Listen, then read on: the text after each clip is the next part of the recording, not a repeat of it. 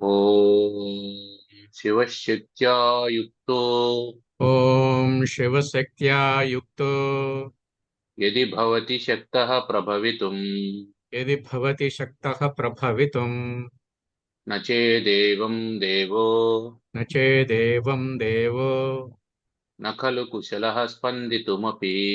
न खलु कुशलः स्पन्दितुमपि। अतस्त्वामाराध्याम् अतस्त्वामाराध्याम् हरिहरविरिञ्चादिभिरपि हरिहरविरिञ्चादिभिरपि प्रणन्तुं स्तोतुं वा प्रणम्तुं स्तोतुं वा कथमकृतपुण्यः प्रभवति। कथमकृतपुण्यः प्रभवति। ॐ सर्ववेदान्तसिद्धान्तगोचरम् ॐ सर्ववेदान्तसिद्धान्तगोचरम् तमगोचरम् तमगोचरम् गोविन्दं परमानन्दम् गोविन्दं परमानन्दं सद्गुरुं प्रणतोऽस्म्यहम्। सद्गुरुं प्रणतोऽस्म्यहम्।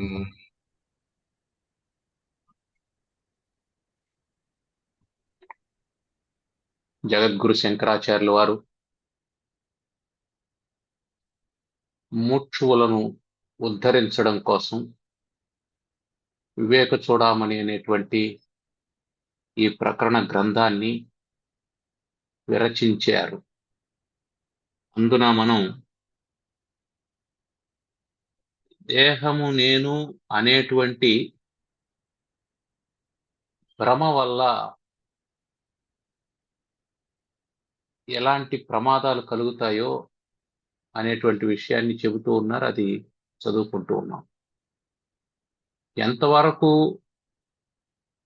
దేహేంద్రియాల మీద, అంటే అసత్యమైనటువంటి దేహేంద్రియాల మీద, అసత్యం అంటే మళ్ళీ మనం కాలత్రయాబాధ్యం సత్యం అనే దాన్ని ఇక్కడ అనుసంధానం చేసుకోవాలి.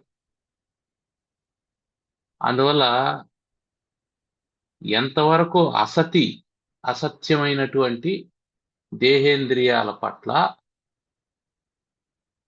ఈ అహంత కలిగి ఉంటాడో విద్వాంసుడైనా సరే, ఆ అహంతను ఎప్పటి వరకు వదలకుండా ఉంటాడో, నేను అనేటువంటి భావాన్ని వదలకుండా భ్రమలో ఉంటాడో, అంతవరకు అతనికి మోక్షం అనేటువంటి మాటే లేదు అని చెప్పేశారు.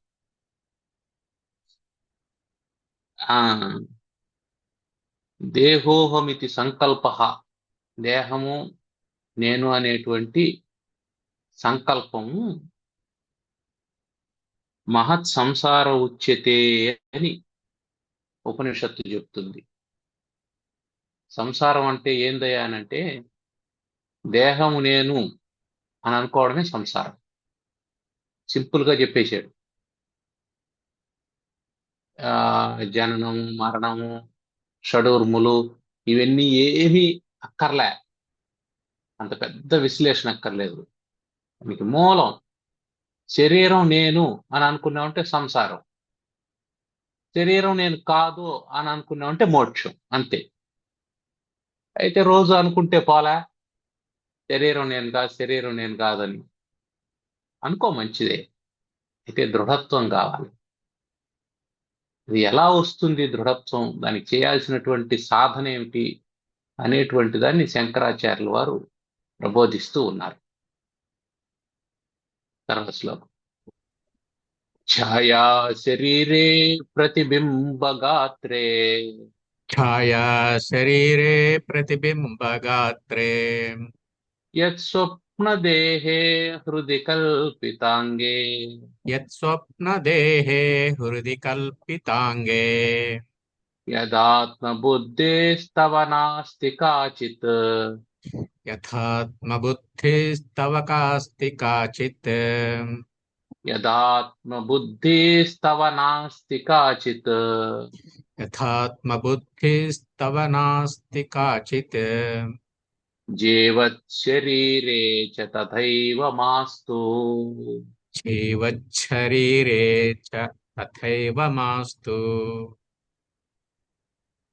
తవ నీకు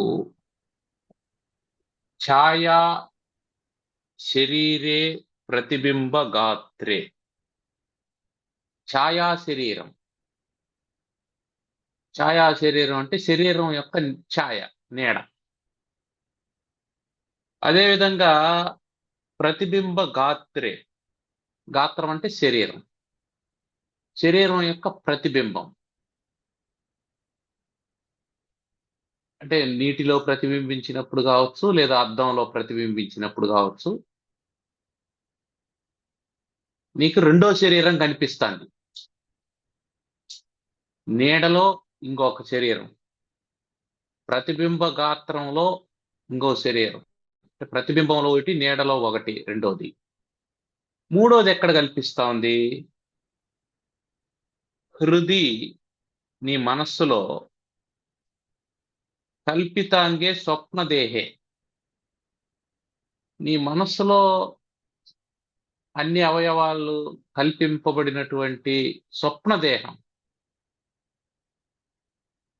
ఇక్కడ 3 శరీరాలు చెప్తున్నాడు. మనం చూస్తూ ఉన్నటువంటి శరీరం కాకుండా ఇంకో 3 శరీరాలు కనిపిస్తాయి మనకు. ఒకటి మన నీడ, మన శరీరం యొక్క నీడే అది. శరీరం లేకపోతే నీడ లేదు. మన శరీరం లేకపోతే ప్రతిబింబం లేదు. మన శరీరం లేకపోతే స్వప్నం కూడా లేదు. అంటే స్వప్నంలో కనిపించేది ఈ శరీరమే, నీడలో కనిపించేది ఈ శరీరమే, ప్రతిబింబంలో కనిపించేది ఈ శరీరమే. ఇప్పుడు ఈ 3 చోట్ల, ఛాయా శరీరంలో, ప్రతిబింబ శరీరంలో, స్వప్న శరీరంలో, తవ నీకు యథా ఆత్మబుద్ధి నాస్తి కాచిత్తు. కొంచెం కూడా నీకు నేను అనేటువంటి భావన ఉండడం లేదు. అది నేను అనేటువంటి భావన ఉండడం లేదు. జాగ్రత్తగా మనం సమన్వయం చేసుకోవాలి. ఆ శరీరం యొక్క నీడ ఎవరిది? ఆ నీడ ఎవరిది అంటే నా నీడ అది. ఆ ప్రతిబింబం ఎవరిది? నా ప్రతిబింబమే. ఆ స్వప్నంలో కనిపించిన శరీరం నా శరీరమే, కానీ నేను కాదు అని ఏ విధంగా అయితే భావన ఉన్నదో, తవ కాచిత్ కొంచెం కూడా ఆత్మబుద్ధి నాస్తి, నేననేటువంటి భావన లేదో, తథా ఏవ తథైవ అదే విధంగా జీవశరీరేచ జీవంతో ఉన్నటువంటి ఈ శరీరమునందు కూడా ఆత్మబుద్ధి మాస్తు, ఆత్మబుద్ధి అక్కర్లేదు, వదిలిపెట్టు. ఇది సాధనకు చెప్తున్నాడు. అంటే మన శరీరం నేను అని భావన కలిగిన ప్రతిసారి ఏముండాలి? ఇది స్వప్న శరీరము, ఇది ప్రతిబింబము, ఇది ఛాయ, నా నీడని నేను చూస్తున్నాను. అంటే ప్రపంచం అంతా ఏమిటి అంటే ఇవన్నీ నీడలు. ఈ నీడలు కదలాడుతూ ఉన్నాయి. ఈ నీడలన్నీ ఎందుకు కదలాడుతూ ఉన్నాయంటే, ఒకటి దీనిపైన ప్రకాశం ఉంది,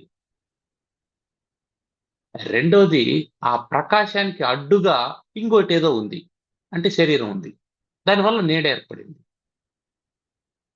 పైన ఉన్నటువంటి ప్రకాశం పరమాత్మ, మధ్యలో అడ్డుగా ఉన్నటువంటిది అజ్ఞానం. ఆ కారణం చేత నీకు నీడ కనిపిస్తుంది అంతే. కాబట్టి ప్రపంచం అంతా నీకు కనిపించడానికి కారణం ఏమిటి అంటే, పరమాత్మకు నీకు మధ్యలో అడ్డుగా ఉన్నటువంటి అజ్ఞానం కారణం చేత ఈ మొత్తం కనిపిస్తుంది. ఇది మనం ఆలోచన చేయాల్సినటువంటి విధానం. కాబట్టి ఛాయ ఎందుకు కనిపిస్తుంది? నీడ ఎందుకు కనిపిస్తుంది? నీడ కనిపించడానికి కారణం ఏమిటి అంటే, వెలుతురుకు ఏదో ఒకటి అడ్డం పడాలి. ఏం అడ్డం పడుతుంది? శరీరం అడ్డం పడుతుంది. అందువల్ల నువ్వు నీడను చూస్తూ ఉన్నావు. నువ్వు నీడను చూస్తావా, నిన్ను నువ్వు చూస్తావా? ఇప్పుడు ఉదాహరణకి మనం ఒక చోట నిల్చుకున్నాం, మన నీడ పొడవుగా ఉంది, దారిలో నీడ పడింది. ఆ దారిన ఒక 10 మంది నడుచుకుంటూ పోతూ ఉన్నారు. నీ నీడ మీద కూడా అడుగులేస్తూ ఉన్నారు. ఏమిరా నా మీద నడుస్తూ ఉన్నారు, నాకు నొప్పి కలుగుతూ ఉంది, మీకు ఆ మాత్రం బుద్ధి జ్ఞానం లేదా, మనిషి మీద నడుస్తూ పోతారా అని అంటున్నావా? లేదు. ఎందుకని? ఛాయకు నీకు, అది నీ ఛాయ అయినప్పటికీ, నీ నీడ అయినప్పటికీ నీకు దానికి సంబంధం లేదు. నన్ను వదిలేస్తున్నావు. అది నా ఛాయ. ఇప్పుడు నీళ్ళల్లో నీ ప్రతిబింబం కనిపించింది. నువ్వు చూసుకుంటూ ఉన్నావు. నేను ఎంత బాగున్నాను అని. ఇప్పుడు అవతల గట్టు మీద ఎవరో వచ్చి ఆ నీళ్ళల్లో కాలు పెట్టారు. ఇప్పుడు అలలు వచ్చాయి. ఆ అలల్లో నీ ప్రతిబింబం అలా అలా అలా అలా కదిలిపోతూ ఉంది, చెదిరిపోతూ ఉంది. నీకేమైనా బాధేసిందా? నొప్పి కలిగిందా? అవతల వాడిని ఏయ్ ఎందుకు నా శరీరాన్ని పాడు చేస్తున్నావు అని అన్నావా? లేదు. ఇంకా ఒక సత్యం ఏమిటి అంటే, నువ్వు ఎప్పుడైతే ఎండలో ఉంటావో అప్పుడు నీడ ఉంటుంది. నువ్వు ఎప్పుడైతే అద్దం ముందో లేదా నీటి ముందో నిల్చుకున్నావో అప్పుడు ప్రతిబింబం ఉంటుంది. దాని నుంచి పక్కకు వచ్చే గాని అది వెళ్ళిపోతుంది. మెలకువ రాగానే స్వప్నం పోతుంది. అద్భుతమైన కలగంటూ ఉన్నావు. ఏమంటే డొనాల్డ్ ట్రంప్ దిగిపోయి నిన్ను పిలిచి వైట్ హౌస్లో కూర్చోబెట్టి నిన్ను అమెరికా ప్రెసిడెంట్గా ప్రకటించేశాడు. ఈ ప్రపంచం అంతా నీ చేతిలో ఉంటుంది, పరిపాలన చేసుకో అని చెప్పి అంటూ ఉన్నాడు.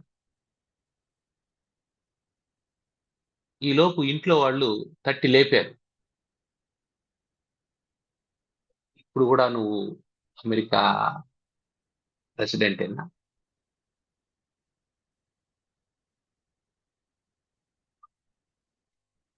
తావత్ తథైవ, అదే విధంగా జీవశరీరే, జీవంతో ఉన్నటువంటి ఈ శరీరం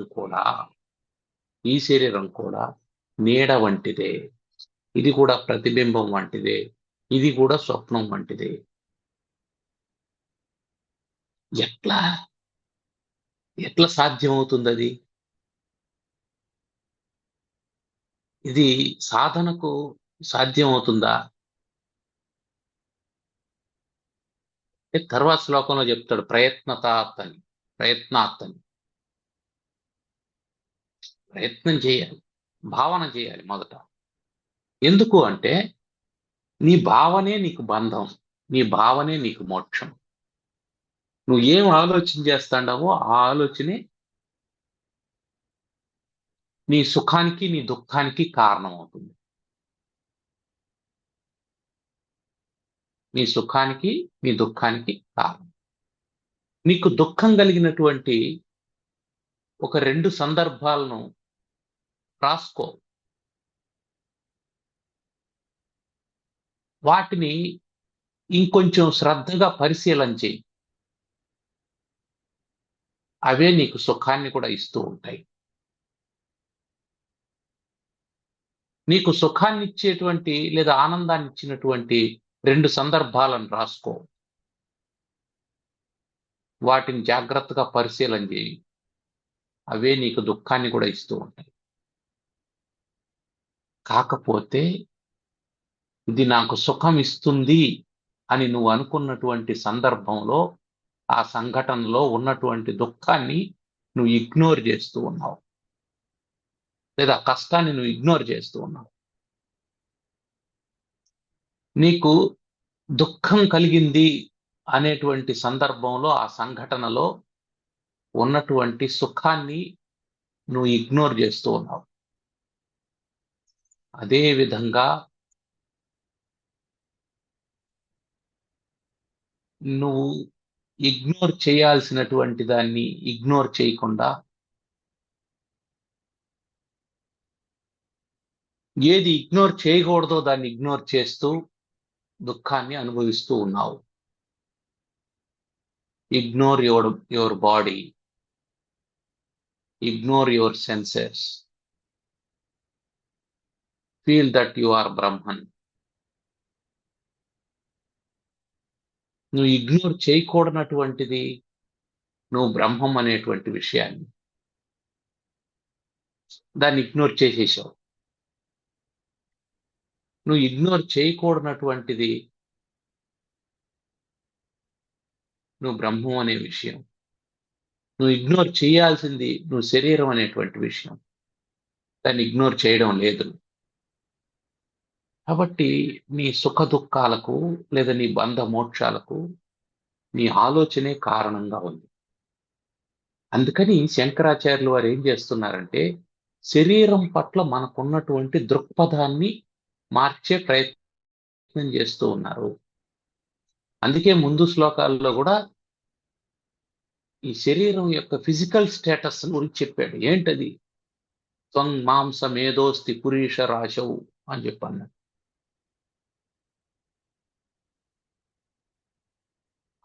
ఇది చర్మం, మాంసం, ఎముకలు, మలమూత్రాదులతో కూడుకున్నటువంటిది. ఇలా చెప్పిన తర్వాత అయినా నువ్వు దీన్ని ఇగ్నోర్ చేసే ప్రయత్నం చేయాలి. ఇగ్నోర్ చేయకపోతే, ఈ భ్రమను వదిలిపెట్టకపోతే,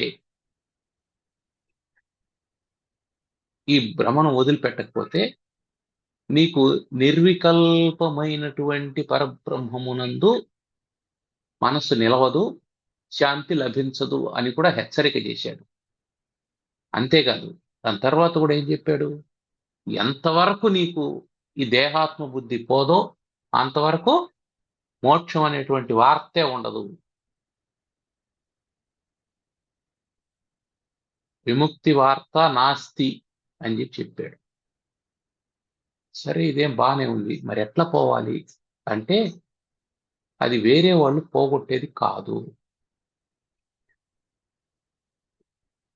డాక్టర్ అనుకో, ఒక చెడిపోయినటువంటి శరీర అవయవం ఉంది, ఆపరేషన్ చేసి దాన్ని కత్తిరించి తీసేసి మిగతా అవయవానికి పుండు కాకుండా మందేసి జాగ్రత్త చేస్తాడు.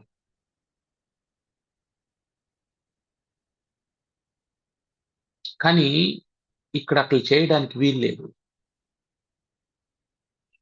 కారణం ఏంటంటే ఆ ప్రాబ్లం శరీరానికి సంబంధించింది కాదు, ప్రాబ్లం మనసుకు సంబంధించింది.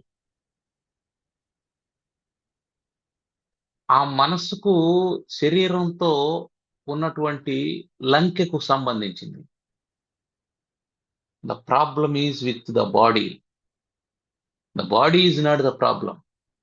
The connection with thought is the problem. The connection between the thought process and your body is the major problem. That is only problem, not major problem. That is only problem. అందుకని శంకరాచార్యులు వారు ఏం చెప్తున్నారంటే ఛాయా శరీరం, ప్రతిబింబ శరీరం, స్వప్న శరీరం, జీవ శరీరం, 4 శరీరాలు చెప్పాడు. జీవ శరీరం ఏమిటి? నీ ఇంద్రియాలతో రకరకాలైనటువంటి కార్యక్రమాలు చేస్తూ ఉన్నటువంటి ఈ శరీరం ఏదైతే ఉందో దానికి జీవ శరీరం అని పేరు. ఈ శరీరం యొక్క నీడకు ఛాయా శరీరం అని పేరు. ఈ శరీరం యొక్క ప్రతిబింబానికి దర్పణం ముందు నిలుచుకున్నప్పుడు, నీటి ముందు నిలుచుకున్నప్పుడు, ట్రాన్స్పరెన్సీ ఉండేటువంటి పదార్థాల ముందర నిలుచుకున్నప్పుడు కనిపించేటువంటిది ప్రతిబింబ శరీరం.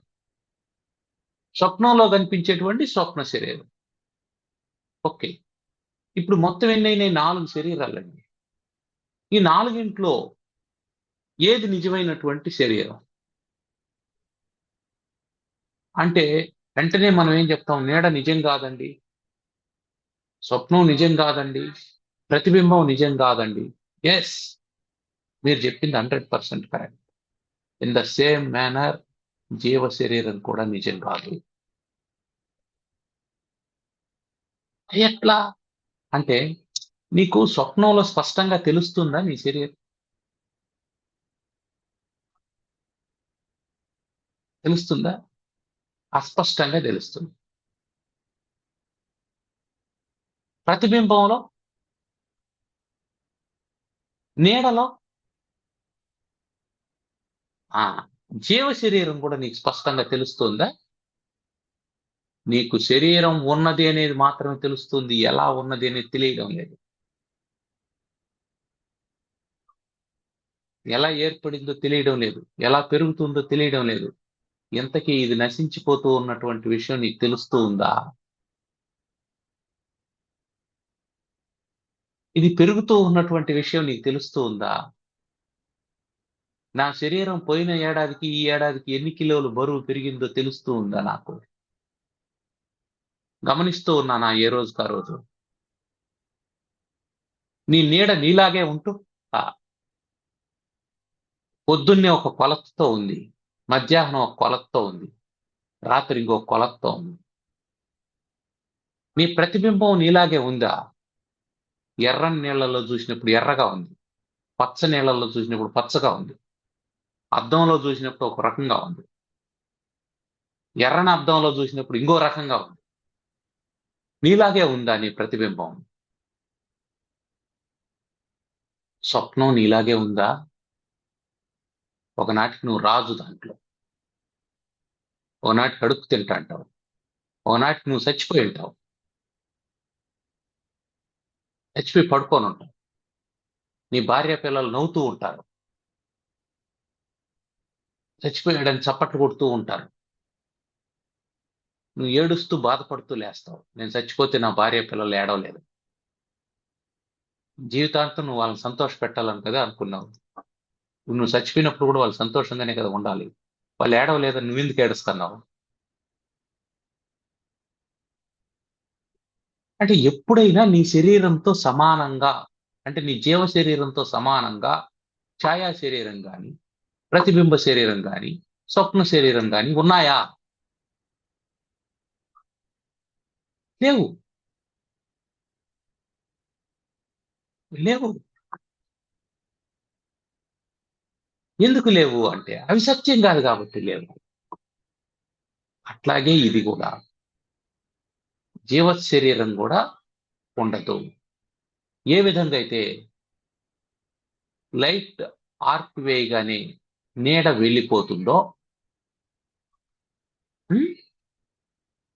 అద్దం నుంచి, అద్దానికి ఎదురుగా నుంచి పక్కకు జరగగానే ప్రతిబింబం వెళ్ళిపోయిందో, గోడకు అద్దం తగిలించాం, అద్దం ముందర నిలుచుకున్నాం, ప్రతిబింబం కనిపించింది, పక్కకు జరిగాం, గోడ మీద ప్రతిబింబం కనిపించలేదు. అప్పుడు ఉన్నట్ట లేనట్ట? నీ కళ్ళెదుటే నీకు ఉన్నదనుకున్నది పోతూ ఉంది. That is the beauty. నువ్వు చూస్తూ ఉండగానే అది పోతూ ఉంది. నువ్వు చూస్తూ ఉండగానే జీవ శరీరం కూడా పోతుంది. అందువల్ల ఏ విధంగా అయితే నీకు స్వప్న శరీరమునందు, ఛాయా శరీరమునందు, ప్రతిబింబ శరీరమునందు ఆత్మబుద్ధి లేదో, అదే విధంగా జీవ శరీరమునందు కూడా ఆత్మబుద్ధి ఉండరాదు. ఆత్మబుద్ధి అంటే నేననేటువంటి భావన, అది ఉండకూడదు. ఈ సాధన చేయగలమా? ఇది సాధనకు సంబంధించినటువంటి, ఇవన్నీ నీడలో అనుకోగలమా? ఇవన్నీ నీడలు. నీడ ఎప్పుడు కనిపిస్తుంది? ఇవి నీడలు కాదు అని ఎవరన్నా అనే వాళ్ళ కోసం చెబుదాం ఈ మాట. నీడ ఎప్పుడు కనిపిస్తుంది? వెలుతురు ఉన్నప్పుడు కనిపిస్తుంది, అంతే కదా. చీకట్లో నీడ కనిపించదు కదా. వీళ్ళందరూ ఎప్పుడు కనిపిస్తున్నారు నీకు? అంతవరకు సూర్యుడు ప్రకాశిస్తూ ఉన్నాడు, అంతవరకు కనిపిస్తున్నాడు. సూర్యుడు అస్తమించిన తర్వాత కనిపిస్తున్నాడా? కనిపిస్తున్నారా వీళ్ళంతా? ఉంటే కూడా కనిపించడం లేదు. నీడ ఉంటుందా ఉండదా? నీడ ఎప్పుడూ ఉంటుంది. కానీ ఎప్పుడు కనిపిస్తుంది? వెలుతురు ఉంటేనే కనిపిస్తుంది. వెలుతురు లేనప్పుడు కనిపించదు. దాని అర్థం ఏమిటి? నీకు ఎప్పుడు అజ్ఞానం ఉంటే అప్పుడు ఈ శరీరం కనిపిస్తుంది. శరీరం ఎప్పుడు ఉంది. ఎలా ఉంది? శరీరంగా లేదు అది. అది ఆత్మస్వరూపంగా ఉంది.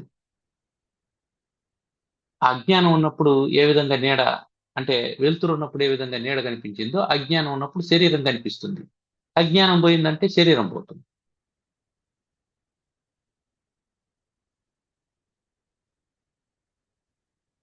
ఒక ఆఫీస్ ఉంది. ఆ ఆఫీసులో ద్వారానికి ఇటువైపు అటువైపు కుర్చీలు ఉన్నాయి, టేబుల్లు ఉన్నాయి. ఇటువైపు 5గురు, అటువైపు 5గురు కూర్చొని పనిచేస్తూ ఉంటారు. ప్రధాన ద్వారానికి ఎదురుగా మేనేజర్ యొక్క చైర్ ఉంటుంది. దాంట్లో కూర్చొని ఆయన పనిచేస్తూ ఉంటాడు. నీకు అర్థమైందా? మొత్తం యూ షేప్. ఒకవైపు ఎంట్రన్స్, ఆ ఎంట్రన్స్ కి ఎదురుగా మేనేజరు, ఆ ఎంట్రన్స్ కు అటువైపు 5గురు, ఇటువైపు 5గురు, 5 చైర్లు, 5 టేబుల్లు ఇప్పుడు పనిచేస్తా ఉంది. ఇటువైపు ఉండే 5గురు, అటువైపు ఉండే 5గురు వచ్చేసారు. మేనేజర్ గారు వస్తూ ఉన్నారు. ఉదయం పూట. అది ఈస్ట్ ఫేసింగ్ ఉండేటువంటి ఆఫీసు. ఆయన సరిగ్గా ఆ ద్వారం దగ్గరకు వచ్చాడు. అవతల వైపు సూర్యుడు ఉన్నాడు. ఆయన నీడ ఆఫీసులో పడింది.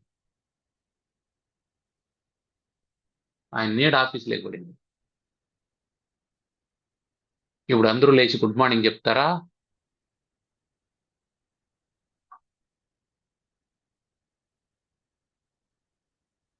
పోనీ. వీళ్ళందరూ వచ్చారు లోపలికి. మేనేజర్ గారి ఫోటో ఉందాడ. ఫోటోకి గుడ్ మార్నింగ్ చెప్తారా? ఎందుకు? They already know. అది నీడని వాళ్ళకి తెలుసు, ఇది ప్రతిబింబం అని వాళ్ళకి తెలుసు. అందుకని వాళ్ళు గుడ్ మార్నింగ్ చెప్పరు. ఎప్పుడైతే జీవ శరీరం వస్తుందో, ఇప్పుడు వచ్చాడా లేదా, నీడ కనిపిస్తుందంటే వచ్చాడా లేదా ఉంది. ప్రతిబింబం ఉంది అంటే బింబం ఉందని కదా అర్థం. ఉంటుందా? ప్రతిబింబం ఉన్న ప్రతిసారి ఫోటో ఎవరెవరిది ఉందో వాళ్ళంతా ఉండారా? ప్రతిబింబాలు కనిపిస్తూ ఉన్నాయి. జీవ శరీరాలు కనిపిస్తూ ఉన్నాయా? ఇదిగో ప్రతిబింబాలు కనిపిస్తున్నాయా? ఈ జీవ శరీరాలు ఉన్నాయా?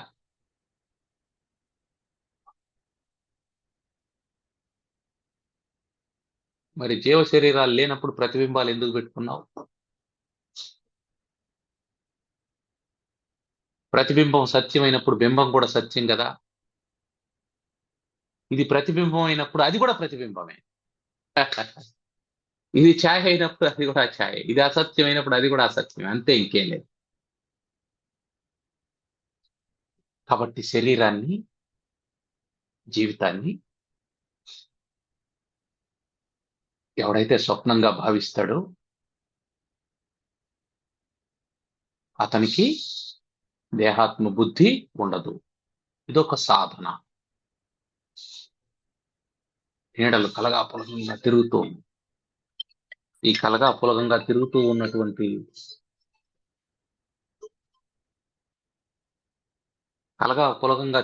ఉన్నటువంటి నీడలు ఉన్నాయి. అవన్నీ నిజమైనటువంటివి కాదు. ఆ నీడలన్నీ నీడలే. వాటికి అస్తిత్వం లేదు, వాటికి ఎగ్జిస్టెన్స్ లేదు, వాటిని సత్యం అని అనుకోవడానికి లేదు. అలాగే జీవ శరీరం కూడా నీడ వంటిది. ఇది సాధన. ఇట్లా చేస్తే ఏమవుతుంది? తర్వాత శ్లోకం. దేహాత్మధీరేవ దేహాత్మధీరేవ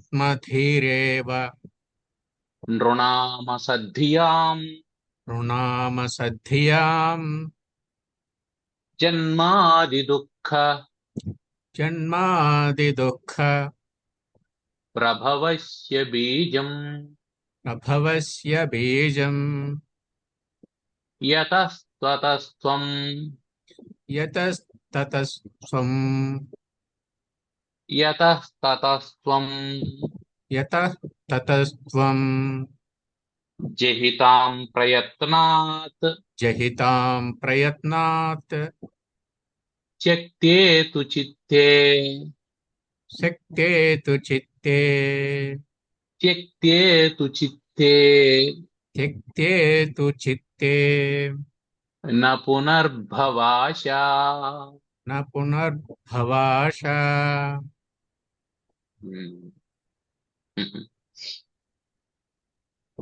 ఆ, నృణాం మానవులు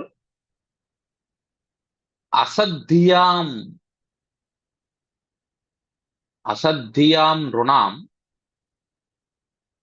అసత్ ధియ అసద్బుద్ధి చేత, సద్బుద్ధి కాదు అసద్బుద్ధి, సత్పదార్థం కాదు అసత్పదార్థం.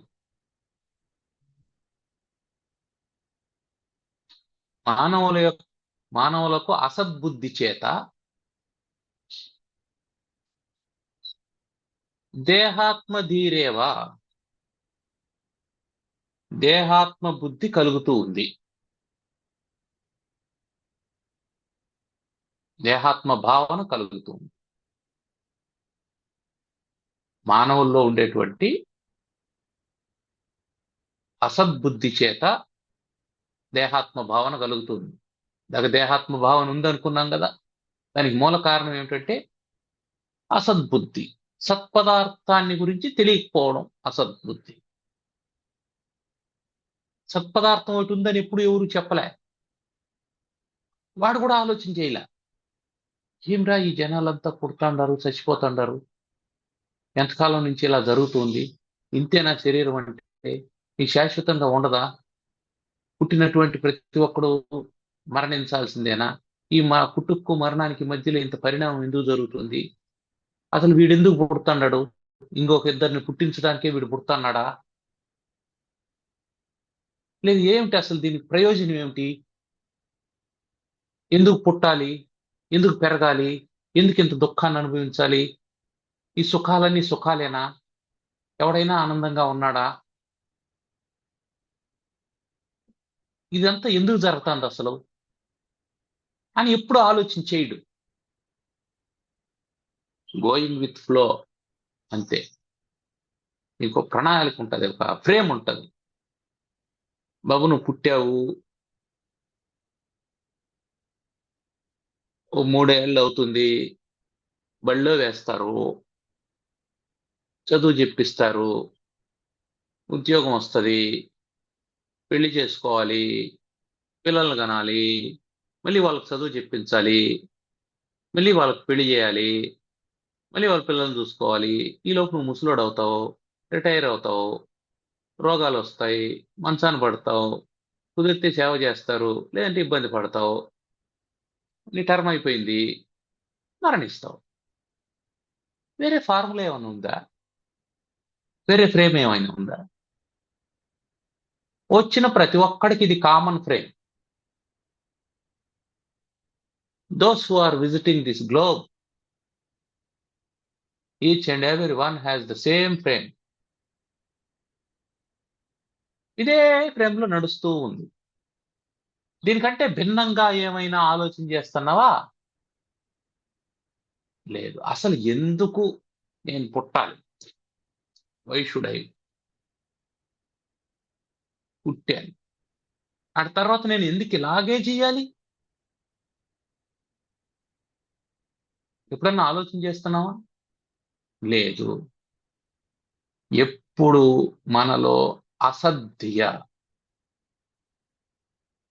అసద్బుద్ధి ఇంజెక్ట్ అయిపోయింది తరతరాలుగా. ఇప్పుడు పొరపాటున ఎవడైనా నేను పెళ్లి చేసుకోను సన్యాసం తీసుకుంటానని అన్నాడు అనుకున్నా, వాడిని సమాజం వింతగా చూస్తుంది. ఎవడైనా నేను చదువుకోను, ఎందుకు ఈ చదువు వృధా, ఎందుకు చదువుకోవడం అంటే చదువు ఎందుకు స్కూలుకు పోవాలా అనే దాని గురించి పిల్లవాడికి సందేహం వచ్చినప్పుడు తల్లిదండ్రులు కానీ ఉపాధ్యాయులు కానీ ఏం చెప్తారు? నువ్వు బాగా చదువుకుంటే, మంచి మార్కులు వస్తే, మంచి ఉద్యోగం వస్తే, మంచి జీతం వస్తే బాగా ఆనందంగా బతకచ్చు.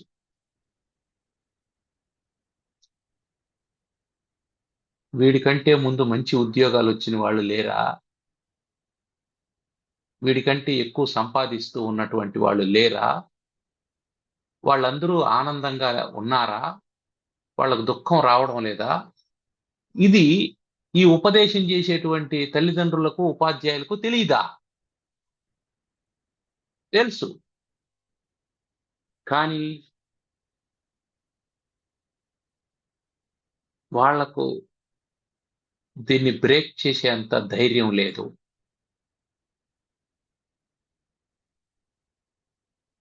అది అసత్యమే, కానీ అసత్యమని చెప్పే సాహసం లేదు. మనం ఎప్పుడు చదువుకున్నామే కింగ్స్ న్యూ క్లోత్స్ అని.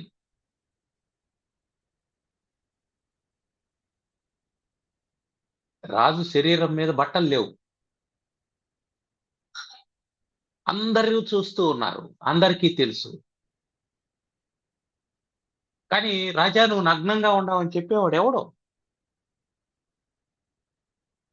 All are going with flow. నీది అసద్బుద్ధి అని చెప్పేది ఎవడు? నువ్వు చేస్తున్న తప్పు అనేది ఎవడు? ఎవడు చెప్పడు. ప్రోత్సహిస్తూ ఉంటాడు. ఇంకా ఆ ఇల్లు కొన్నావా అనుకోని దానిపైన ఇంకొక అంతస్తు కట్టేయకూడదు, కట్టేసి రెంట్కి ఇచ్చావంటే ఇంకొంత వస్తుంది కదా, సరే కట్టేసినాం, రెంట్కి ఇచ్చాం, ఎలాగో స్టార్ట్ చేసినావు కదా, ఇంకో ఫ్లోర్ వేస్తే ఏమవుతుంది? సరే ఇంకో ఫ్లోర్ కూడా వేసినాం, ఏమైనా వస్తా ఉందా? వస్తా ఉంది. ఏం చేస్తాండవు డబ్బంతా? ఎక్కడో ఒక చోట ఇన్వెస్ట్ చేయొచ్చు కదా. చెప్పండి ఏం చేద్దాం? ఇప్పుడు ఇంకొక ఇల్లు కొనుక్కో, ఈ రెంట్ని ఈఎంఐల కింద కట్టేయి, అప్పుడు నీకు ఇంకొక ఇల్లు మిగులుతుంది కదా, దాంట్లో రెంట్ వస్తుంది కదా. అవును కదా. కొన్నా, వెరీ గుడ్, కొన్నావు. ఇప్పుడు దీంట్లో వస్తుంది ఈఎంఐ. ఈఎంఐ అయిపోయి ఏమన్నా మిగులుతుందా? ఈ రెంట్ సరిపోతుంది ఈఎంఐకి, దాంట్లో వచ్చే రెంట్ మిగులుతుంది. మరి దాన్ని ఏం చేస్తావు? ఏం చేయాలో చెప్పండి. అక్కడ పొలం ఉంది, కొంటావా? కొంటా. కొన్ని. ఏం చేస్తావు? దాన్ని కౌలుకి ఇస్తే నీకు ఏదైనా ఆదాయం వస్తుంది. సరే ఇచ్చాను, వస్తాను. దాన్ని ఏం చేస్తావు? దాన్ని ఏం చేస్తావు? దాన్ని ఏం చేస్తావు? దీన్నేం చేస్తావు? సరే దాన్ని ఏదో చేస్తాడు, దీన్నేం చేస్తావు? ఇది నశించిపోతా ఉందే, తెల్లెంటుకలు వచ్చేసినాయే, పొన్నెంటుకలు ఊడిపోతాండాయే, కళ్ళు కనిపించడం లేదే, చెవులు వినిపించడం లేదే, ముడతలు పడిపోతోంది, దీన్నేం చేస్తావు?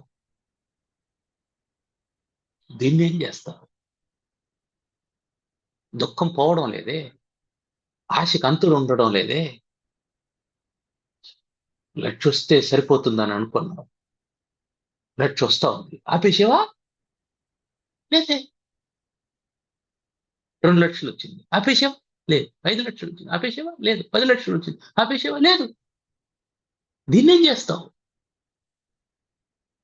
దాన్ని ఇన్వెస్ట్ చేస్తావు. దీన్ని దేనికోసం ఇన్వెస్ట్ చేస్తున్నావు? దీన్ని ఏం చేస్తావు?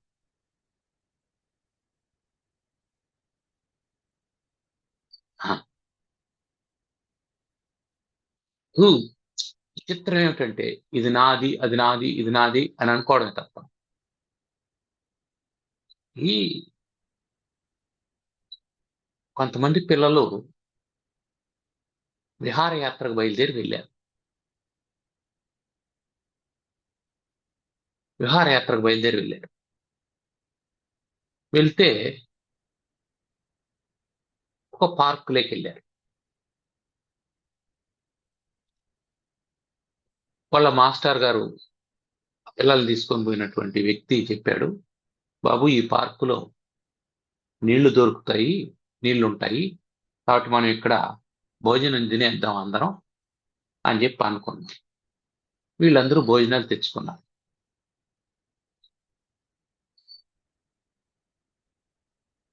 వెంటనే పిల్లోళ్ళు ఏం చేశారంటే, పార్కులో బెంచీలు ఉంటాయి కదా, ఈ బెంచి నాది, ఈ బెంచి నాది, ఈ బెంచి నాది ఆ, అని ఆవిడ కూర్చున్నారు. తిన్నారు. తిన్న తర్వాత కాసేపు విశ్రాంతి తీసుకోండి అని చెప్పి విశ్రాంతి తీసుకున్నారు. ఇంక బయలుదేరదామా అని అన్నారు. బయలుదేరదాం. ఇందాక ఈ బెంచి నాది అన్నటువంటి వాడు తీసుకుపోతున్నాడు, వదిలేసి వెళ్ళిపోతున్నాడు. రిజిస్ట్రేషన్లు కూడా ఇట్లాంటివే. ఆస్తి నాది అనే రిజిస్ట్రేషన్ కూడా భ్రమ. దాన్ని కూడా నువ్వు వదిలిపెట్టి వెళ్ళిపోవాల్సిందే. దాని తర్వాత నా బిడ్డలకు అవుతుంది. నిజమేనా? నిజమేనా? ఒక ఆయన బాగా సంపాదించాడు పిల్లల కోసం, పిల్లల్ని బాగా చదివించాడు, పిల్లలు కూడా బాగా చదువుకున్నారు. ఒకడు ఇంగ్లాండు, ఒకడు జర్మనీ. వాళ్ళ నాన్న 75 ఏళ్ళు వచ్చేసినాయి, ఇక్కడ ఆస్తులు ఉన్నాయి. వాళ్ళ నాన్న చెప్పాడు, రే మీకు కావాల్సినంత ఆస్తులు నేను సంపాదించి పెట్టాను, మీరు వచ్చి ఇక్కడ వాటిని అనుభవించండి రా అని చెప్పంటే, మా పొద్దు నాన్న మేము రాము అని చెప్పాను. ఇంగ్లాండ్ వాడు రాలేదు, జర్మనీ వాడు చెప్పినాడు, వాడు రాలేదు. ఏం చేస్తాడు ఇవంతా? నా కొడుకులు వచ్చి ఉంటారనేసి ఇల్లు అద్భుతంగా కట్టాడు. ఆన్ వన్ ఫైన్ డే ఆయన చనిపోయాడు.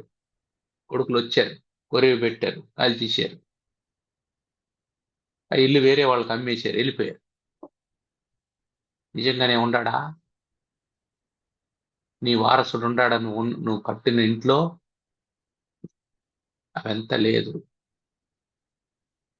ఇది నాది, ఇది నాది, ఇది నాది అని పార్కులో బెంచీల్లాగా ఇది నాది, ఇది నాది, ఇది నాది అని దాన్ని నీకు శ్రమపడి ఇది నాది అని అనుకోవడమే తప్ప నువ్వు వదిలేసి పోవాల్సినటువంటి వాడివే.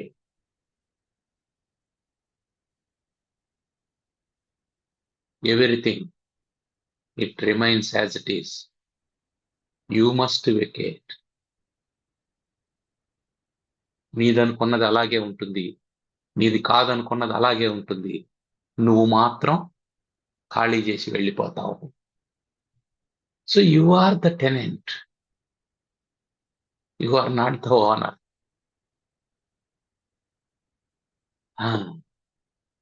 వదిలిపెట్టి వెళ్ళిపోవాల్సినటువంటి బుద్ధికే అసధ్యాం అని పేరు. ఇది వదిలిపెట్టి వెళ్ళిపోవాల్సినటువంటి దాన్ని నేను అట్లాగే పట్టుకొని ఉంటానని చెప్పి అనుకుంటున్నావే, అది అసధ్యం. ఎప్పుడైతే ఈ అసత్ధి మీద నీ మనసు ఉందో, నృణాం మానవులకు దీని మీద ఉందో, అప్పుడు ఈ శరీరం నేననుకుంటాడు. ఆ శరీరం నేననుకున్నప్పుడు ఆ నేను అనుకునేటువంటి ఆలోచన అది బీజం, అది విత్తనం. దేనికి బీజం? జన్మాది దుఃఖ ప్రభవస్య బీజం. జన్మ మొదలైనటువంటి దుఃఖాలు పుట్టడానికి అది బీజం. నువ్వు మళ్ళీ మళ్ళీ పుట్టడానికి కారణం ఏమిటంటే నేను శరీరం అని అనుకోవడమే కారణం, అంతే. దేహాత్మధీరేవ జన్మాది దుఃఖ ప్రభవస్య బీజం.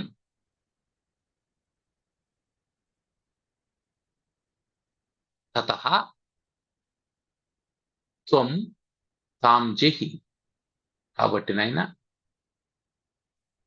నువ్వు దాన్ని జహి విడిచిపెట్టు. నీకు దుఃఖానికి కారణం ఏందో తెలిసిపోయింది.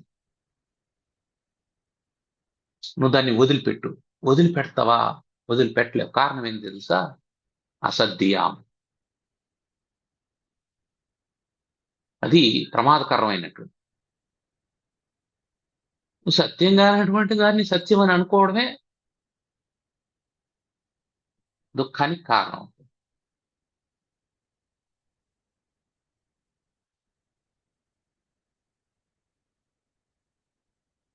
మనం ఏంటి ఫేర్వెల్ పార్టీ అనేసి ఉండేది. Farewell party.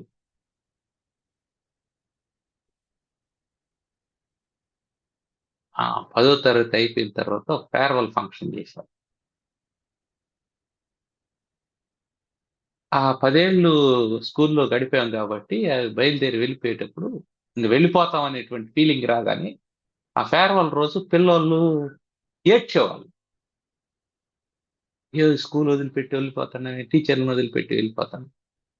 కొంతమంది టీచర్లు కూడా ఎమోషనల్ అయిపోయి కళ్ళ నీళ్ళు పెట్టుకుంది. కానీ ఎవడైనా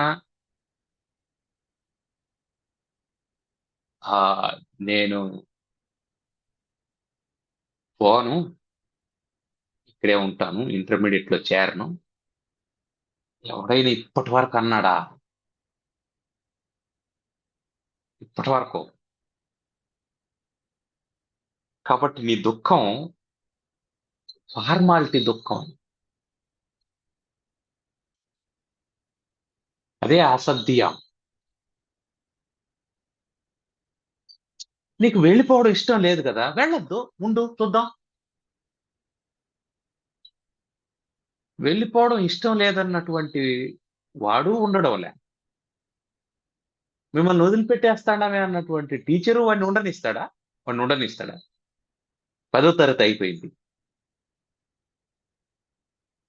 వాడు సార్ మీరంటే నాకు ఇష్టం సార్, మీ క్లాస్ అద్భుతంగా ఉంటుంది సార్, మీ క్లాస్లో కూర్చొని నేను మళ్ళీ వింటాను సార్ అని అంటే ఏదో గౌరవం కోసం 10 నిమిషాలు కూర్చోమంటాడేమో, చెప్పలేం కానీ అంటే వద్దురా బాబు, ఎందుకు నువ్వు ఇక్కడ ఉంటావు, వెళ్ళు, పో, పోయి ఇంటర్మీడియట్ లో చేరు, పంపించేస్తాడు. మరి ఏడ్చినావు కదా వెళ్ళిపోతాడావు అనేసి, అది ఒట్టిదేనా?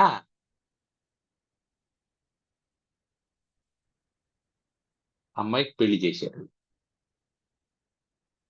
అప్పగింతలు చేస్తున్నాడు. అమ్మాయి పుట్టింటి నుంచి మెట్టినింటికి వెళ్తా ఉంది. అమ్మ నాన్న ఏడుస్తారు. ఏడవడం ఎందుకు, పెట్టుకోట్టే చూద్దాం. పెట్టుకుంటారా? పోనీ అమ్మాయి నేను ఉంటాను అనింది అనుకో, నాన్న మీరు ఎందుకు ఏడవడం? అమ్మాయి కూడా ఏడుస్తూ ఉంటుంది. విచిత్రం ఇది. అమ్మాయి ఏడుస్తూ ఉంటుంది, వాళ్ళ అమ్మ నాన్న ఏడుస్తుంటారు. మనం ఎందుకు ఏడుస్తూ అక్కడికి పోవడం, ఆ అమ్మాయిని పంపించడం? ఇక్కడే పెట్టుకున్నాం ఉండరా? పోనీ అమ్మాయి నాన్న మీరు ఏడుస్తున్నారు కాబట్టి, అమ్మ నువ్వు ఏడుస్తున్నావు కాబట్టి నేను పోను అత్తగారింటికి అని చెప్పి అనింది అనుకోండి, ఈ అమ్మ నాన్న ఊరికి ఉంటారా? పెళ్లి చేసింది అత్తగారింటికి వెళ్ళడానికి వెళ్ళేవాడు. మానవుని యొక్క ఈ ద్వంద్వ ప్రవృత్తి చూసినారా? దీనివల్ల దుఃఖం అని తెలుసు, కానీ దీన్ని వదలడు. దుఃఖం అని తెలిసి దాన్ని వదలడు. అది విచిత్రం. అందుకని దేహాత్మధీరేవ జన్మాది దుఃఖ ప్రభవస్య బీజం. ఎస్. వదులుతాడా? వదలడు. కాబట్టి నాయన త్వం తాం ప్రయత్నాత్ జహి. యతః,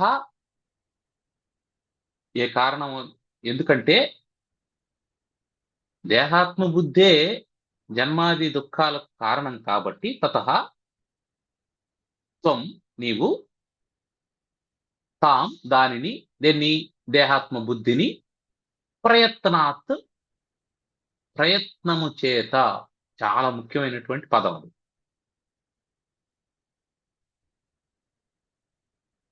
ప్రయత్నం చేత జహి వదిలిపెట్టు. దాని అర్థం ఏంటి? ప్రయత్నంతో వదిలిపెట్టు అన్నాడు అంటే అర్థం ఏమిటి? మామూలుగా వదలలేవు అని అర్థం. మామూలుగా వదలలేవు. ఎందుకని? నీది అసద్ధియ. అసత్యం మీద, అసత్తు మీద నీ బుద్ధి ఏకాగ్రం అయిపోయి ఉంది. అది అసత్యం మీదనే ఉంటుంది తప్ప సత్యానికి రాదు అది. దాని స్టేటస్ అది కంటిన్యూ చేస్తా ఉంటుంది. అందుకని ప్రయత్న.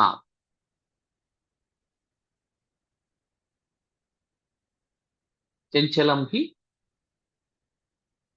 మనఃపార్థ ప్రమాది బలవదృఢం. కానీ అభ్యాసేనతు కౌంతేయ వైరాగ్యేన చ ముఖ్యతు. అభ్యాస వైరాగ్యాలు ఉన్నాయి. ఆ అభ్యాసమే ప్రయత్న. వైరాగ్యం ముందే చెప్పాడు. ఏమిటా వైరాగ్యం? ఇది త్వంమాంస మేధోస్తి పురీషయుక్తమైనటువంటి శరీరము అని. దానివల్ల విరక్తి వస్తుందేమో అని. అభ్యాసం ఏం చెప్పాడు? ఇది ఛాయా శరీరము, ఇది ప్రతిబింబ శరీరము, ఇది స్వప్న శరీరము అని ప్రయత్నం చెయ్యి. దానిలాగే ఇది. అది దీనికి సమానం, ఇది దానికి సమానం, అది దీనికి సమానంగా. నీ నీడెప్పుడు నీ శరీరానికి సమానం కాదు. ఎందుకని? నువ్వు 6 అడుగులు ఉంటావు, నీ నీడ 16 అడుగులు ఉంటుంది. రెండు సమానం కాదు. కానీ నీ నీడ, నీ శరీరం నీ నీడకు సమానం కాదు. నీ నీడ నీ శరీరానికి సమానం కాదు. కానీ నీ బుద్ధి మాత్రం రెండింటినీ సమదృష్టితో చూడాలి. నీడను నిజ శరీరాన్ని సమానంగా చూడాలి. అలా చూడాలంటే ప్రయత్నాత్. ప్రయత్నాత్, ప్రయత్నం వల్ల. ఎప్పుడైతే వదులుతావో అప్పుడు చిత్తేతు,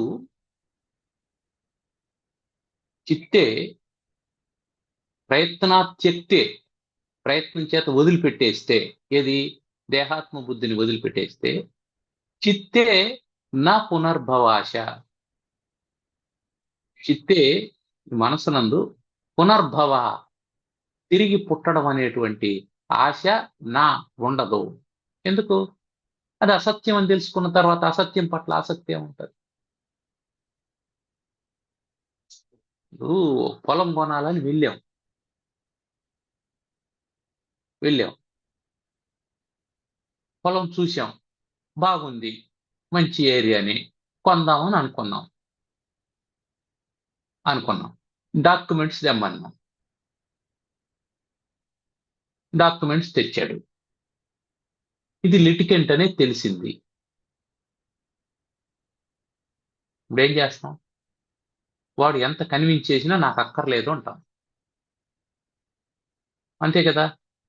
అది అసత్యం అని తెలిసిన తర్వాత దాని మీద నీ మనసు నిలబడుతుందా? దాని మీద ఆసక్తి ఏర్పడుతుందా? ఏర్పడదు. నువ్వు ఎట్లయితే లిటికెంట్ అని తెలిసినటువంటి, లేదా అది ప్రభుత్వ భూమి అట్లాంటిదేదో అని అనుకున్నప్పుడు దాన్ని కొనడానికి ఇష్టపడవో, ఇది కూడా ప్రభుత్వ భూమి, ప్రభు భూమి. ఇది ఈ భూమి కాదు, ప్రభు భూమి. నువ్వు ఆక్రమించుకొని దురాక్రమణదారుడివి, ఆక్రమించుకొని ఏదో చేస్తూ ఉన్నావు. దీని మీద నీకు అధికారం ఏముంది? అధికారం ఏముంది? ఒకానొక గ్రామంలోకి ఒక టూరిస్ట్ బస్సు వచ్చింది. వాళ్ళు దిగారు. ఆ గ్రామంలో ఒక దేవాలయం ఉంటే దర్శనం చేసుకున్నారు. 11 గంటలు అయింది. టూర్ మేనేజర్ ఏం చెప్పాడంటే, అయ్యా 11 గంటలు అయిపోయింది కాబట్టి మనం కాసేపు వంట చేసుకొని ఇక్కడే భోంచేసి మళ్ళీ వెళ్ళిపోదాము అని చెప్పి అన్నారు. కొత్త వంట సామాగ్రి వాళ్ళ దగ్గర ఉంది. పాత్రలు లేవు. ఆ ఊర్లో ఓ పెద్ద మనిషిని అడిగారు, ఇక మాకు వంట సామాగ్రి ఉంది, వంట చేసుకోవడానికి పాత్రలు లేవు అని అంటే ఆయన ఇచ్చాడు. పాపం ఇచ్చాడు. సో వంట చేసుకున్నారు, తిన్నారు. ఆ పాత్రలు ఎత్తి బస్సులో పెట్టుకుంటున్నారు. ఆ యజమాని వచ్చాడు, ఏమయ్యా ఏదో తిని వెళ్తారని చెప్పిస్తే పాత్రలు తీసుకొని వెళ్ళిపోతున్నారు, దించో ముందు అని చెప్పాను. దించి పెట్టేసి వెళ్ళిపోయాడు. సో దీని ప్రభువు వేరు, దీని యజమాని వేరు. అతను ఇచ్చాడు, వాడుకున్నావు శరీరాన్ని, వంట చేసుకున్నావు, తిన్నావు, అనుభవించావు. కష్టం సుఖం నువ్వు ఉప్మా చేసుకుంటావో పొంగల్ చేసుకుంటావో వాడికేమిటి? నువ్వు సాంబార్ చేసుకున్నావా, సాంబార్ అన్నం చేసుకున్నావా, బిర్యానీ చేసుకున్నావా, అది నీ ఇష్టం. పాత్ర ఇచ్చేసాడు, ఆ పాత్రలో ఏం వండుకోవాలనేది నీ ఇష్టం కదా. నీకు కావాల్సింది నువ్వు వండుకున్నావు, అయిపోయింది, తిన్నావు, అనుభవించావు, అయిపోయింది. ఇదేం చేయాలా? పాత్ర నీకు వదిలిపెట్టేసి వెళ్ళిపోవాలి. నీది కానటువంటి పాత్రను నీది అని అనుకున్నావంటే ఏం చేస్తాడో? బస్సును కదలనిస్తాడా? చొక్కా పట్టుకొని లాగి ముందు దించురా పాత్రను. నువ్వు వదిలేసి వెళ్ళాల్సిందే, వదిలేసి వెళ్ళాల్సిందే. ఇది ఉండాలి. ఇలా కాదు, అసద్దియ దొంగిలించుకుపోతామని చెప్పి అనుకున్నావా, ఇరుక్కుంటావు జాగ్రత్తగా. అలా ఇరుక్కున్నావు. అది జన్మాది దుఃఖ ప్రభవస్య బీజం. దీన్ని ఏం చేయాలా? ప్రయత్నాత్ చెప్తే ఈ పాత్రలు బాగుండాయి, మనకి ఇంకా 10 రోజులు టూర్ ఉంది, ఈ పాత్రలను వెంట తీసుకొని పోతే అవి ఉపయోగపడతాయి అనేటువంటి ఆలోచన ఉందే, దాన్ని ప్రయత్నాత్ చెప్తే, దాన్ని ప్రయత్నం చేత వదిలిపెట్టు. కారణం ఏంటంటే అవి నీవు కాదు, అవి నీవు కాదు. అక్కడ వేరే పాత్రలు వస్తాయి, చిన్నవో పెద్దవో అక్కడ వేరే దొరుకుతాయి. నీ టూర్ అయిపోయేంత వరకు దొరుకుతూనే ఉంటాయి, వండుతూనే ఉంటావు, తింటని. కాబట్టి జహి తాం ప్రయత్న చెప్తే వదిలిపెట్టేసినామంటే పునర్భవ ఆశ చిత్తే నా భవతి, చిత్తే నా భవతి. నీ చిత్తములో ఉండదు. చిత్తం అంటే దేనికి సంబంధించింది అనుకున్నాం? ధారణకు సంబంధించింది. గుర్తుపెట్టుకోవడం. గుర్తుండవు ఏవి. గుర్తుండవు అంటే ఏం అర్థం? ఇక్కడ వాసనలేవి ఉండవు. ఎప్పుడు వాసనలు లేవో ఆవిడ మళ్ళీ పుట్టుక ఉండదు. కాబట్టి పునర్భవానికి, మళ్ళీ పుట్టడానికి కారణం ఏమిటి? చిత్తం. ఎందుకు? అది కర్మ వాసనలన్నింటినీ ధారణ చేసి పెట్టుకొని ఉంటుంది. వాటిని అనుభవించడం కోసం మళ్ళీ ఇంకోటి కావాలి. అది గుర్తే లేదనుకో, ఆకలి అనేది గుర్తుంటే వంట చేసుకొని తినాలి. ఆకలి అనేది గుర్తే లేదనుకో, పాత్రలు అడగాల్సిన అవసరం లేదు, వంట చేసుకోవాల్సిన పని లేదు. కాబట్టి చిత్తం ప్రధానమైనటువంటిది. అదేం చేస్తుంది? ధారణ చేస్తుంది. నువ్వు ఏ పని చేసినా దానికి సంబంధించినటువంటి వాసనల్ని అది ధారణ చేసుకోని ఉంటుంది. కాబట్టి ఆ చిత్తం మళ్ళీ పునర్భవానికి, తిరిగి పుట్టడానికి కారణం అవుతుంది. ఎప్పుడైతే ప్రయత్నంతో నువ్వు దేహాత్మ భావన వదిలేసినావో అప్పుడు దేహంతో చేసేటువంటి కర్మలన్నీ ఏమవుతాయి? అవి నిష్కామ కర్మలు అయిపోతాయి. ఎప్పుడు నిష్కామ కర్మలు అయిపోయినాయో అప్పుడు చిత్తంలో దానికి సంబంధించినటువంటి వాసనలో ఉండవు.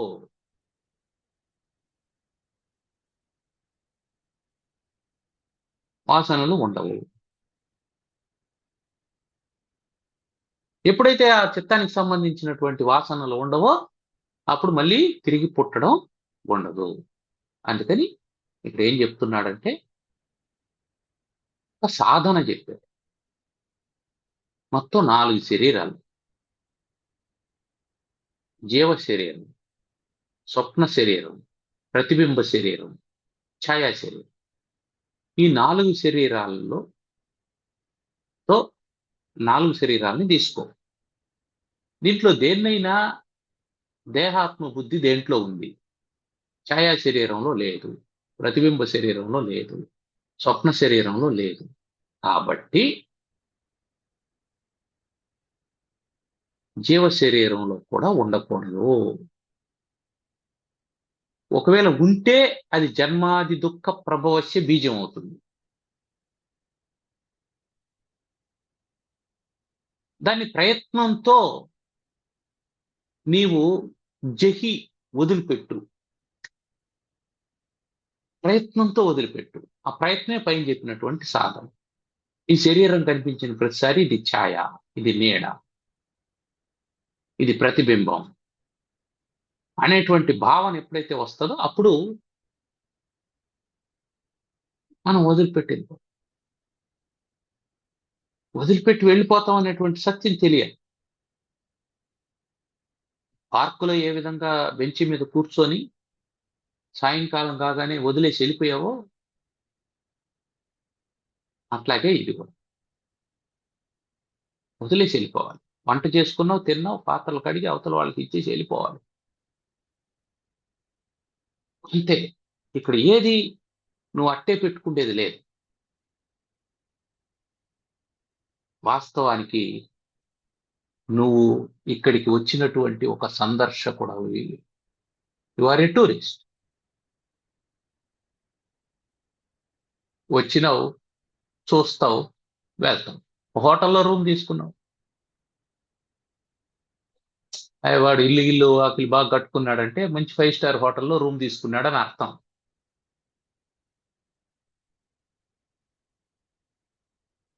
కొందరు స్టార్ హోటల్లో రూమ్ తీసుకొని దిగి ఆ చుట్టుపక్కల ప్రాంతాలను చూస్తారు. ఆ చూడ్డానికి కూడా మంచి ట్యాక్సీ పెట్టుకుంటాడు, ఏసీ ట్యాక్సీ పెట్టుకొని ఒక గైడ్ని పెట్టుకొని అంతా చూస్తాడు. ఇవేమీ లేనటువంటి వాడు ఒక టూరిస్ట్ బస్సులో వస్తాడు, దిగుతాడు, కాలినడకన అన్ని చూస్తాడు, వెళ్ళిపోతాడు. కారణం ఏంటి? పుణ్యం కారణం, అంతే. పుణ్యం వల్ల వాడికి ధనం ఉంది, వాడికి సౌకర్యం ఉంది. వీడికి అంత ధనం లేదు, పుణ్యం లేదు, వీడు బతుకుతాడు. అందరూ చూస్తారు, అందరిది అదే లైఫ్. ప్రేమలు మారుతూ ఉంటాయి. కారణం ఏంటంటే పుణ్యం వల్ల మారుతూ ఉంటుంది. కానీ 5 స్టార్ హోటల్లో ఉన్నటువంటి వాడైనా హోటల్ ఖాళీ చేసి వెళ్ళిపోవాల్సిందే. ఫ్లైట్లో వచ్చి 5 స్టార్ హోటల్లో ఉండి, ఏసీ ట్యాక్సీలో ఉండి, గైడ్ని పెట్టుకొని విజిట్ చేసినటువంటి వాడు రైల్లో వచ్చి కాలినడకన పోయి ఎండలో చెమటలు కార్చుకుంటా కష్టపడుతూ విజిట్ చేసినటువంటి వాడు ఎవడు అక్కడ శాశ్వతంగా ఉండడు. ఒక 2 రోజులు ఉండి వెళ్ళిపోతాడు, ఒకడు 5 రోజులు ఉండి వెళ్తాడు, ఒకడు 10 రోజులు ఉండి వెళ్తాడు. He must leave because is a tourist. కాబట్టి ఈ గ్లోబును దర్శించడానికి వచ్చినటువంటి యాత్రికులు, మనం సందర్శకులు.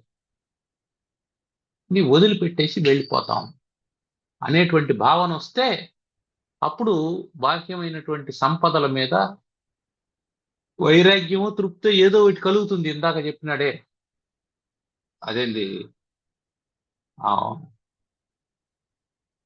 ఇప్పుడు నిన్న చాణక్య నీతి క్లాసులో చెప్పుకున్నాం అనుకుంటా, కాస్త తృప్తి ఉండాలా అని.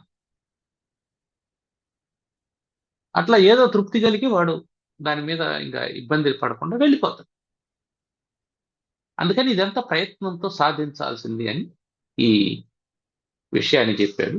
అయితే ఇది సాధ్యం అవుతుందా? ఎలా? ఆ ప్రయత్నం ఎలా చేయాలి అనేటువంటి విశేషాన్ని తర్వాత మనం తెలుసుకుందాం. ఏమైనా ప్రశ్నలు ఉన్నాయండి?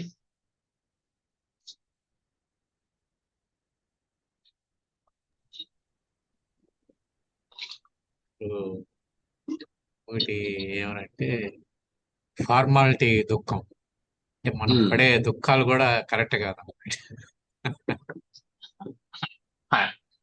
ఈ అది డ్రామాలో కూడా ఇంకో అది కూడా డ్రామా. అసత్యమే.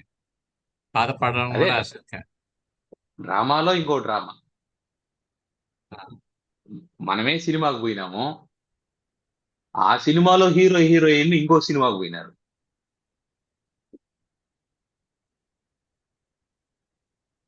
అంతే ఇది. సో మనం ఉమ్. ఏడవడం కూడా నిజమైన ఏడుపు కాదని అర్థం. ఎక్కడ ఏడుస్తున్నాం నిజంగా?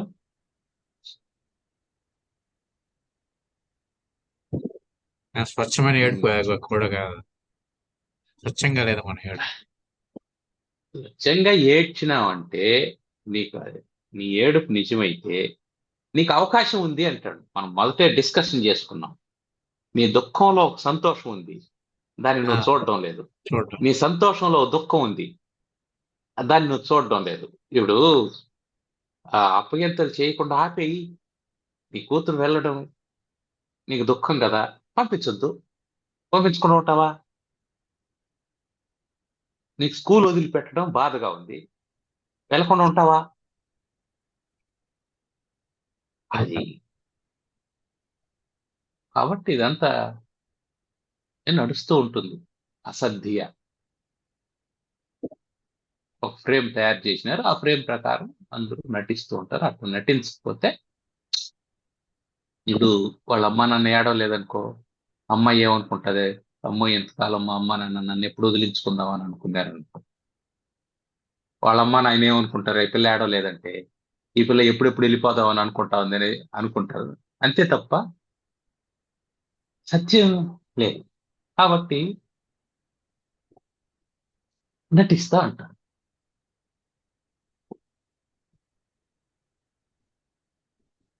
ఫార్మాలిటీ, దుఃఖం. అంతే.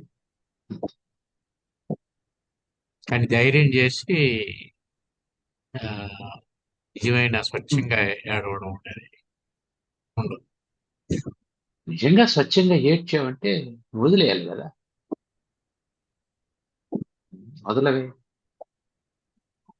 అది ఏడ్చి వదిలేస్తే నీ ఇష్టం. మళ్ళా బాబాయ్ అని చెప్పేస్తే మళ్ళా నువ్వు నీ పనిలో నువ్వు పడతావు. మళ్ళా వాళ్ళు వెళ్ళిపోయిన తర్వాత కూడా చేరినావా లేదని మళ్ళా ఫోన్ చేసి అనేది ఉండదు. నువ్వు అంతే. సంపూర్ణంగా ఏడ్చి సంపూర్ణంగా వదలడం అనేది జరగడం లేదు. అంతే. నువ్వు పట్టుకోవడం కోసం వదులుతాండావు, అది సమస్య. అదే. ఉమ్. ఆ నువ్వు వదలడం కోసం వదలడం లేదు. వదలడం కోసం వదలడం లేదు.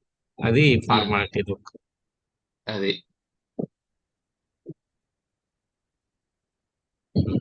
ఉమ్. ఓం సర్వమంగళ మాంగళ్యే శివే సర్వార్థ సాధికే శరణ్యే త్ర్యంబకే గౌరీ నారాయణి నమోస్తుతే. ఓం స్వస్తి ప్రజాభ్యః పరిపాలయంతాం న్యాయేణ మార్గేణ మహిషాః గోబ్రాహ్మణేభ్యः శుభమస్తు నిత్యం. లోకాः సమస్తాः సుఖినో భవంతు. ఓం శాంతి శాంతి శాంతి.